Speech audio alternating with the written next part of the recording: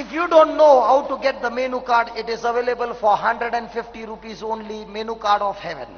ಈಗ ನಿಮ್ಮಲ್ಲೇನಾದ್ರೂ ಆ menu card ಇಲ್ಲ ಅಂದ್ರೆ, ಇಲ್ಲದೆ ಹೋದ್ರೆ ಜಸ್ಟ್ ಆ ಮೆನು ಕಾರ್ಡ್, ಪರಲೋಕದ ಆ ಮೆನು ಕಾರ್ಡ್ ಬಂದು ನಿಮಗೆ ಕೇವಲ How much is Kannada Bible?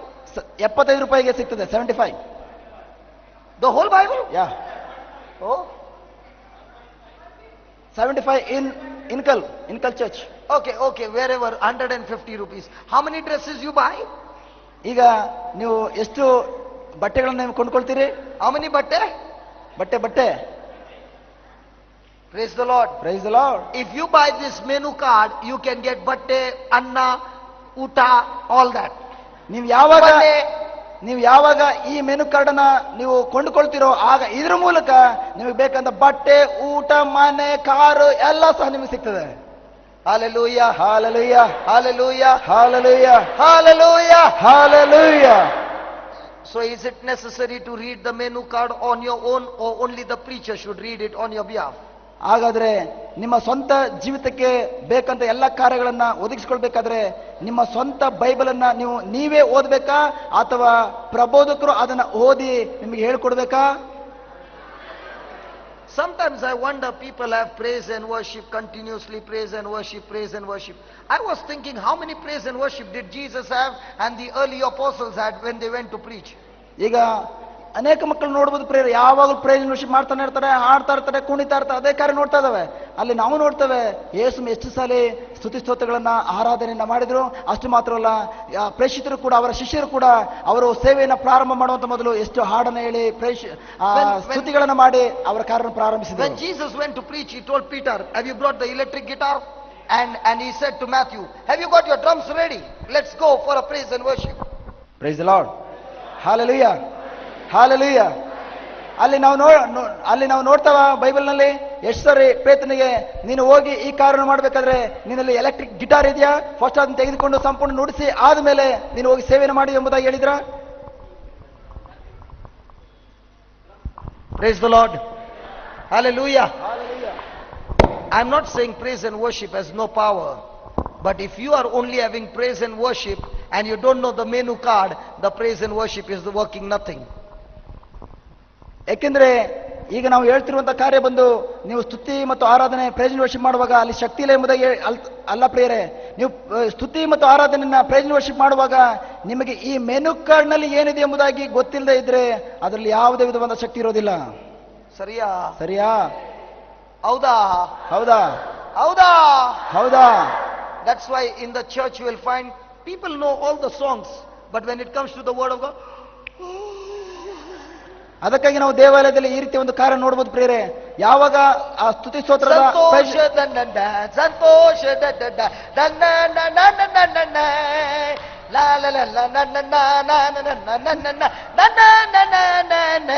but word of God super to but the word of God menu ಎಲ್ಲವಾ. ಯಾವಾಗ ದೇವರ ಆಲಯದಲ್ಲಿ ಇದು ಹಾಡನ್ನ ಹೇಳ್ತಾ ಇರ್ತಾರೋ ಆ ಕ್ಷಣದಲ್ಲಿ ಎಲ್ರಿಗೂ ಜೀವ ಇರ್ತದೆ. ಆ ಹಾಡು ಪ್ರತಿಯೊಬ್ಬರಿಗೂ ಸಹ ಗೊತ್ತು, ಎಲ್ಲ ಹಾಡುಗಳು ಗೊತ್ತು. ಆದ್ರೆ ಅದೇ ದೇವರ ವಾಕ್ಯಕ್ಕೆ ಬಂದ್ರೆ ಈ ಮೆನು ಕಾರ್ಡ್ ನಲ್ಲಿ ಏನಿದೆ ಎಂಬುದಾಗಿ ಯಾರಿಗೂ ಸಹ ಗೊತ್ತಿಲ್ಲ. One lady, she had my CD and she was in Abu Dhabi. ಈಗ ನಾವು ಕೊಟ್ಟಂತ ಆ ಸಿಡಿಯನ್ನ ತೆಗೆದುಕೊಂಡು ಒಂದು ಸಹೋದರಿ ಅಬುಧಾಬಿಯಲ್ಲಿ ಇದ್ರು. We had never seen each other. ಆ ಸಹೋದರನ್ನ ಇವರು ಯಾವ ಕಾರಣಕ್ಕೂ ಭೇಟಿ ಮಾಡಿರಲಿಲ್ಲ. And she was pregnant with a child. ಅವರು ಒಂದು ಗರ್ಭಿಣಿಯಾಗಿದ್ರು. And the sonography showed on the 3rd month that the child had a clubbed legs, bent legs. ಆಗ ಅಲ್ಲಿ ಬಂದಂತಹ ಸ್ಕ್ಯಾನಿಂಗ್ ಅಲ್ಲಿ ಬಂದಂತಹ ಒಂದು ಕಾರ್ಯ, ಆ ಮಗು ಹೊಟ್ಟೆ ಒಳಗಿರುವಂತಹ ಮಗು ಬಂದು 3 ತಿಂಗಳ ಮಗು ಬಂದು ಸಂಪೂರ್ಣವಾಗಿ ಅವರ ಆ ಮಗುವಿನ ಕಾಲುಗಳು ಸಂಪೂರ್ಣವಾಗಿ ಬೆಂಡಾಗಿತ್ತು. The legs were short, ಕಾಲುಗಳು ಬಂದು ತೀರಾ ಚಿಕ್ಕದಾಗಿದೆ. and the child was having Down syndrome, mind low mind. ಆಗ ಆ ಮಗುವಿನ ಆ ಮೈಂಡ್ ಬಂದು ಸಹ ತೀರಾ ಚಿಕ್ಕದಾಗಿತ್ತು. And the doctor said, you got to abort the baby. ಆಗ ಡಾಕ್ಟರ್ ಹೇಳ್ತಾರೆ, ಈ ಮಗುವನ್ನ ಯಾವ ಕಾರಣಕ್ಕೂ ನೀವು ಪಡ್ಕೊಳ್ಬೇಡಿ, ಈಗಲೇ ಅದನ್ನ abortion ಮಾಡಿಸ್ಬೇಡಿ. And thank God this lady was listening to the Tutukurin testimony of the fish. ಇವರು ನಿಜವಾಗಿಯೂ ನಾವು ದೇವರಿಗೆ ಸ್ತೋತ್ರ ಸಲ್ಲಿಸಬೇಕು. ಯಾಕೆಂದ್ರೆ ಆ ಸಹೋದರಿ ಬಂದು ತೂತುಕುಡಿಯಲ್ಲಿ ನಡೆದಂತಹ ಒಂದು ಸಾಕ್ಷಿಯ ಒಂದು ಕಾರ್ಯವನ್ನ ಅವರು ಆಲಿಸಿದ್ರು. So she began to open the Bible and search for the menu card, the promises which speaks about healthy children. ಆಗ ಅವರು ಬೈಬಲ್ ಅನ್ನು ತೆಗೆದು ಈ ಮೆನು ಕಾರ್ಡ್ ಅನ್ನು ತೆಗೆದು ಇದು ಮಕ್ಕಳ ಆರೋಗ್ಯದ ಬಗ್ಗೆ ಇರುವಂತಹ ದೇವರ ವಾಕ್ಯವನ್ನ ಹುಡುಕ್ಲಿಕ್ಕೆ ಪ್ರಾರಂಭಿಸಿ ಆ ವಾಕ್ಯವನ್ನು ತೆಗೆದುಕೊಂಡ್ರು. She said, Lord, I thank you for you have redeemed me from every curse of the law. ಆಗ ಇವರು ಬಾಯಿ ತೆಗೆದು ಹೇಳಲಿಕ್ಕೆ ಪ್ರಾರಂಭ ಮಾಡಿದ್ರು, ದೇವ ನೀವು ನನ್ನ ಎಲ್ಲ ಪಾಪಗಳಿಂದ ಸಂಪೂರ್ಣವಾಗಿ ಬಿಡುಗಡೆ ಮಾಡಿದ್ದೀರಿ, ಅದಕ್ಕಾಗಿ ಸ್ತೋತ್ರ. Lord, I thank you, my child is completely healed. My child has no curse upon my child. ಆಗ ಇವರು ಬಾಯಿ ತೆಗೆದು ಹೇಳ್ತಾ ಇದಾರೆ, ನನ್ನ ಮಗು ಯಾವ ಕಾರಣಕ್ಕೂ ಶಾಪಗ್ರಸ್ತವಂತ ಮಗು ಅಲ್ಲ, ಆ ಮಗು ಸಂಪೂರ್ಣವಾಗಿ ಎಲ್ಲ ಶಾಪದಿಂದಲೂ ಬಿಡುಗಡೆ ಅಂತ ಮಗುವಾಗಿದೆ. Lord, I thank you, your spirit is upon my child and my child's legs are healthy. ಈಗ ದೇವ ನಿಮ್ಮ ಆತ್ಮರು ಇದು ನನ್ನ ಮಗುವಿನ ಮೇಲೆ ಇದೆ, ಅದಕ್ಕಾಗಿ ನನ್ನ ಮಗು ಅಭಿಷೇಕವನ್ನು ಪಡೆದುಕೊಂಡಿದೆ, ಈಗ ನನ್ನ ಮಗುವಿನ ಕಾಲುಗಳು ಬಂದು ಸಂಪೂರ್ಣವಾಗಿ ಆರೋಗ್ಯದಿಂದಿದೆ. And I thank you, Lord, I don't have to pay the bill. Jesus, you have paid the bill on the cross and you said it is finished. So you devil, every work of yours is finished from my life and from the life of my child. ಈಗ ಯೇಸುವೆ ನೀವು ಹೇಳಿದ್ದೀರಿ ಶಿಲುಬೆ ಮೇಲೆ ಎಲ್ಲವೂ ಮುಗೀತು ಎಂಬುದಾಗಿ, ಅದಕ್ಕಾಗಿ ನಾನು ಯಾವುದೇ ವಿಧವಾದ ಬಿಲ್ಲನ್ನು ನಾನು ಪಾವತಿ ಮಾಡಬೇಕಾಗಿಲ್ಲ, ಎಲ್ಲವನ್ನು ಒಂದೇ ಸಾರಿಗೆ ನೀವು ಶಿಲುಬೆ ಮೇಲೆ ಮುಗಿಸಿದ್ದೀರಿ, ಅದಕ್ಕಾಗಿ ಸೈತಾನನೇ ನೀನು ಯಾವ ಕಾರಣಕ್ಕೂ ನನ್ನ ಮಗುವಿನ ಮೇಲೆ ಯಾವ ಅಧಿಕಾರವಾಗಲಿ ಸ್ಥಾನವಾಗಿಲ್ಲ, ಯಾಕಂದ್ರೆ ನನ್ನ ಮಗು ಬಂದು ಕ್ರಿಸ್ತರ ಶರೀರವಾಗಿದೆ. Every month she went for sonography. The sonography showed a child is getting bad. ಈಗ ಪ್ರತಿ ತಿಂಗಳು ಸಹ ಅವರು ಟೆಸ್ಟ್ಗಾಗಿ ಹೋಗ್ತಾ ಇದಾರೆ, ಅಲ್ಲಿ ಬರುವಂತ ಒಂದೊಂದು ಆ ರಿಸಲ್ಟ್ ಬಂದು ತೋರಿಸ್ತದೆ, ಮಗು ತೀರಾ ಇನ್ನು ಹದಗೆಟ್ಟಂತ And ಪರಿಸ್ಥಿತಿ she ಹೋಗ್ತದೆ. kept on saying, devil, you can show me what you want, but let me tell you, when the food will come, when the fish came on the table, the preacher said the fish was tasty. In the same way, when my baby will come out of my womb, I will look at my child and say, my child is blessed. Praise the Lord. Hallelujah. Hallelujah. ಆಗ ಇವರು ಬಾಯಿ ತೆಗೆದು ಹೇಳ್ತಾ ಇದ್ರು, ನೀನು ಏನ್ ಬೇಕಾದ್ರೂ ಮಾಡು, 9 ತಿಂಗಳ ತನಕ ಏನ್ ಬೇಕಾದ್ರೂ ರಿಪೋರ್ಟ್ ಬೇಕಾದ್ರೂ ತೋರಿಸು, ನಾನು ಯಾವ ಕಾರಣಕ್ಕೂ ಅದನ್ನ ನಂಬುವುದಿಲ್ಲ. ಯಾಕಂದ್ರೆ ಅಲ್ಲಿಂದ ಒಂದು ಪ್ರಬೋಧಕರು ಹೇಳಿದ್ರು, ಆ ಹೋಟೆಲ್ಗೆ ಹೋದಂತಹ ಸಂದರ್ಭದಲ್ಲಿ ಅವರು ಆ ವೇಟರ್ ಅವರ ಟೇಬಲ್ ಮೇಲೆ ತಂದು ಕೊಡುವಂತಹ ಆ ನಿಮಿಷದವರೆಗೂ ಇದು ಅವರಿಗೆ ಯಾವ ರೀತಿ ಇರ್ತದೆ ಎಂಬುದಾಗಿ ಫಿಶ್ ಗೊತ್ತಿರಲಿಲ್ಲ. ಯಾವಾಗ ಟೇಬಲ್ ಮೇಲೆ ಆ ಮೀನನ್ನ ತಂದು ಕೊಟ್ಟರು, ಆಗ ಅದನ್ನ ರುಚಿಯನ್ನು ನೋಡಿ ಆದ್ಮೇಲೆ ಇದು ಚೆನ್ನಾಗಿತ್ತು ಎಂಬುದಾಗಿ ಹೇಳಿದ ರೀತಿಯಲ್ಲೇ ನೀನು ಏನ್ ಬೇಕಾದ್ರೂ ಮಾಡ್ಕೋ ಸೈತಾನ್, ಆದ್ರೆ ಆ ಮಗು ಹೊರಗಡೆ ಬಂದು ನಾನು ಕಣ್ಣಾರೆ ಯಾವಾಗ ನೋಡ್ತೇನೋ ಅದು ಸಂಪೂರ್ಣವಾಗಿ ಆರೋಗ್ಯ ಭರಿತವಂತ ಮಗುವಾಗಿರ್ತದೆ. Now, I was in Chennai with my teacher, Father Joseph Wettinkle, for the live-in retreat, and this lady happened to come from Abu Dhabi. ಈಗ ಇವರು in Chennai. ಚೆನ್ನೈನಲ್ಲಿ ಇರುವಂತಹ ಸಂದರ್ಭದಲ್ಲಿ ಇವರ ಜೊತೆಲಿ ಇವರ ಒಂದು ಆಧ್ಯಾತ್ಮಿಕ ಗುರುಗಳಂತ ಫಾದರ್ ಜೋಶ್ ಅವರ ಜೊತೆಲಿ ಅಲ್ಲಿದ್ರು. ಆ ಸಂದರ್ಭದಲ್ಲಿ ಅಬುದಾಬಿಯಿಂದ ಆ ಸಹೋದರಿ ಅಲ್ಲಿಗೆ ಬಂದಿದ್ರು. She had come for the retreat. ಅವರು ಧ್ಯಾನ ಕೂಡುವುದಕ್ಕಾಗಿ ಅಲ್ಲಿಗೆ ಬಂದಿದ್ರು. She had tears in her eyes. ಅವರ ಕಣ್ಣಲ್ಲಿ ಸಂಪೂರ್ಣವಾಗಿ ನೀರಿತ್ತು. She said, you do not know me. ಆಗ ಅವರು ಹೇಳಿದ್ರು, ಇದು ನಾನು ನಿಮಗೆ ಗೊತ್ತಿಲ್ಲ. But I used to listen to your CD day and night all the 9 months that I went through the pregnancy. ಈಗ ಅವರು ಆ ಸಹೋದರಿ ಹೇಳ್ತಾ ಇದಾರೆ, ಬ್ರದರ್ ನೀವು ಯಾರೋ ಎಂಬುದಾಗಿ ನಮಗೆ ಗೊತ್ತಿಲ್ಲ, ಆದ್ರೆ ಆ ಸಿಡಿಯಲ್ಲಿ ಇರುವಂತಹ ಪ್ರತಿಯೊಂದು ವಾಕ್ಯಗಳನ್ನ ಪ್ರತಿದಿನವೂ ಆಲಿಸಿ 9 ತಿಂಗಳವರೆಗೂ ಕೂಡ ಆ ಸಿಡಿಯಲ್ಲಿ ಪ್ರತಿಯೊಂದು ಸಹ ನಾನು ಧ್ಯಾನಿಸ್ತಾ ಇದ್ದೆ. My child is now 2 years old. ಈಗ ನನ್ನ ಮಗು ಬಂದು 2 ವರ್ಷದ ಮಗುವಾಗಿದೆ. Look at my son. ಈಗ ನೋಡಿ ನನ್ನ ಮಗು ಅಲ್ಲಿ ಕುಳಿತಿದೆ. His legs are perfect. ಆ ಮಗುವಿನ ಕಾಲುಗಳು ಬಂದು ಫಸ್ಟ್ ಕ್ಲಾಸ್ ಆಗಿದೆ. His mind is perfect. ಆ ಮಗುವಿನ ಆ ತಲೆ ಆ ಮನಸ್ಸು ಬಂದು ಮೆದುಳು ಬಂದು ಸಂಪೂರ್ಣವಾಗಿ no matter the sonography showed right up to the 9th month that my son is handicapped, his legs are cupped, but praise God, when he came out of my womb, he was absolutely healthy, no trace of anything, because I learned how to place an order, a demand in heaven. ಆ ಸಹೋದರಿ ಹೇಳ್ತಾ ಇದ್ದಾರೆ ಪ್ರಿಯರೇ, 9 ತಿಂಗಳ ತನಕ ಮಗು ಗರ್ಭದಲ್ಲಿ ಇರುವಂತಹ ನಿಮಿಷದವರೆಗೂ ಸಾಯ್ತನು ಅನೇಕ ವಿಧವಾದಂತಹ ರಿಪೋರ್ಟ್ಗಳ ಮೂಲಕ, ಅನೇಕ ವಿಧವಾದ ಸ್ಕ್ಯಾನಿಂಗ್ ರಿಪೋರ್ಟ್ ಮೂಲಕ ಏನ್ ಬೇಕಾದ್ರೂ ಅದು ಎಲ್ಲ ವಿಧವಾದಂತ ರೀತಿಯಲ್ಲಿ ತೋರಿಸ್ತಾ ಇತ್ತು. ನಿನ್ನ ಮಗು ಬಂದು ಅಂಗವಿಕಲತೆ ಇರುವಂತ ಮಗು, ಅದನ್ನ ಅಬೋಷ ಮಾಡು ಎಂಬುದಾಗಿ ಅನೇಕ ವಿಧವಾದ ಕಾರ್ಯಗಳನ್ನು ತೋರಿಸ್ತಾ ಇತ್ತು. ಆದ್ರೆ ಪ್ರೈಸ್ ಗಾಡ್, 9 ತಿಂಗಳಾದ್ಮೇಲೆ ಆ ಮಗು ಇದು ಜನನವಾದ ನಂತರ ನಾನು ನೋಡ್ತಾ ಇದ್ದೇನೆ, ಆ ಮಗು ಸಂಪೂರ್ಣವಾಗಿ ಆರೋಗ್ಯಭರಿತವಂತ ಮಗುವಾಗಿತ್ತು. ಯಾಕೆಂದ್ರೆ ನನಗೆ ಗೊತ್ತು, ಇದು ನಾನು ಈ ಮೆನು ಕಾರ್ಡ್ ಅನ್ನ ತೆಗೆದು ಯಾವ ರೀತಿ ಆರ್ಡರ್ ಮಾಡಬೇಕೆಂಬುದಾಗಿ ನಾನು ಅದನ್ನು ಕಲಿತುಕೊಂಡಿದ್ದೇನೆ. ಸರಿಯಾ? when you go to the restaurant, do you say get one dosa please dosa? ಈಗ ನೀವೇನಾದ್ರೂ ಹೋಟೆಲ್ಗೆ ಹೋಗಿ ಅಲ್ಲಿ ಕೈ ಮುಗಿದು ಭಿಕ್ಷೆ ಬಿಡ್ತೀರಾ, ಒಂದು ದೋಸೆ ಕೊಡಿ ಎಂಬುದಾಗಿ?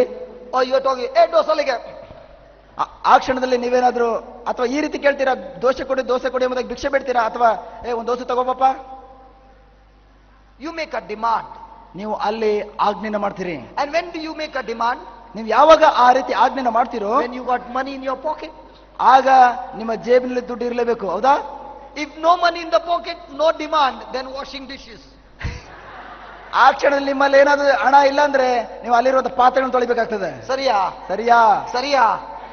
the people who have relationship with Jesus, they have the currency of heaven, and that's why they can demand from heaven what Jesus said, it is finished. Praise the Lord. Hallelujah. ಯಾರೆಲ್ಲ ಯೇಸುವಿನಲ್ಲಿ ಒಂದಾಗಿದ್ದೀರೋ ಪ್ರಿಯರೇ, ಅವರೆಲ್ಲರಿಗೂ ಕೂಡ ಇದು ಪರಲೋಕದ currency, ಪರಲೋಕದ ಹಣ ತಮ್ಮ ಜೊತೆಲೇ ಇದೆ ಎಂಬುದಾಗಿ ಆಗ ನಾವು ಅಲ್ಲಿ ಡಿಮ್ಯಾಂಡ್ ಮಾಡುವಂತ ವ್ಯಕ್ತಿಗಳಾಗಿರ್ತೇವೆ, ಹೊರತು ಭಿಕ್ಷೆ ಬೇಡುವಂತ ವ್ಯಕ್ತಿಗಳಾಗಿಲ್ಲ. Praise the lord. Hallelujah. ಸರಿಯಾ? and who has got Jesus with them? ಈಗ ಯಾರ ಹತ್ರ ಯೇಸು ಸ್ವಾಮಿ ಇದ್ದಾರೆ? those who have his word have Jesus. ಯಾರಲ್ಲಿ ಆ ಯೇಸುವಿನ ವಾಕ್ಯಗಳಿದೆಯೋ ಅಲ್ಲಿ ಮಾತ್ರ ಯೇಸು ಸ್ವಾಮಿ ಇದ್ದಾರೆ. because the word became flesh. ಏಕೆಂದರೆ ದೇವರ ವಾಕ್ಯವೇ ಮನುಷ್ಯರಾದರು. so more word of God in you, and more you apply the word of God in you, the more and more closer you are with Jesus, and now you can demand from heaven, and heaven will manifest its glory. ಯಾವಾಗ ನೀವು ದೇವರ ವಾಕ್ಯ ಹೇಳ್ತದೆ, ದೇವರ ವಾಕ್ಯ ಎಂಬುದು ಮಾಂಸಧಾರಿ ಆಯ್ತು ಎಂಬುದಾಗಿ, ಅದೇ ರೀತಿ ನೀವು ಎಷ್ಟು ದೇವರ ವಾಕ್ಯಗಳನ್ನ ಪದೇ ಧ್ಯಾನಿಸ್ತಾ, ಪದೇ ನೀವು ಅದೇ ವಾಕ್ಯಗಳನ್ನು ಆಲೋಚಿಸ್ತಾ ಬಾಯಿ ತೆಗೆದು ಹೇಳ್ತಾ ಇದ್ರೆ, ನೀವು ಎಷ್ಟು ದೇವರ ವಾಕ್ಯಗಳನ್ನು ಧ್ಯಾನಿಸ್ತಿರ್ತಾರೋ ಅಷ್ಟು ದೇವರಿಗೆ ಹತ್ತತ್ರ ಆಗುವಂತ ಮಕ್ಕಳಾಗ್ತೀರಿ, ಯೇಸುವಿನೊಂದಿಗೆ ಒಂದಾಗ್ತೀರಿ, ನಿಮ್ಮಲ್ಲಿ ಇರುವಂತಹ ಸಂಬಂಧ ಇನ್ನೂ ಅತ್ಯುನ್ನತ ಮಟ್ಟಕ್ಕೆ ಹೋಗ್ತದೆ ಪ್ರೇರೆ. ಆಗ ನೀವು ಪರಲೋಕದಿಂದ ಏನು ಬೇಕಾದ್ರೂ ಪಡೆದುಕೊಳ್ಳಿಕ್ಕೆ ಬೇಕಂತ ಆರ್ಡರ್ನ ಆಜ್ಞೆ ಮಾಡ್ಬೋದು.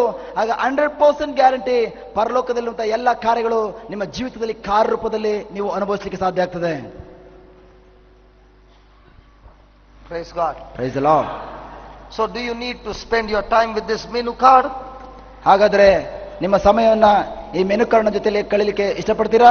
or do you need to spend your time with the doctor's report? ಅಥವಾ ನೀವು ನಿಮ್ಮ ಸಮಯವನ್ನ ಡಾಕ್ಟರ್ ರಿಪೋರ್ಟ್ ಏನ್ ಹೇಳ್ತದೆಯೋ ಅದನ್ನ ಕಲಿಯುವುದಕ್ಕಾಗಿ ನೀವು ನಿಮ್ಮ ಸಮಯವನ್ನು ವ್ಯರ್ಥ ಮಾಡ್ತೀರಾ?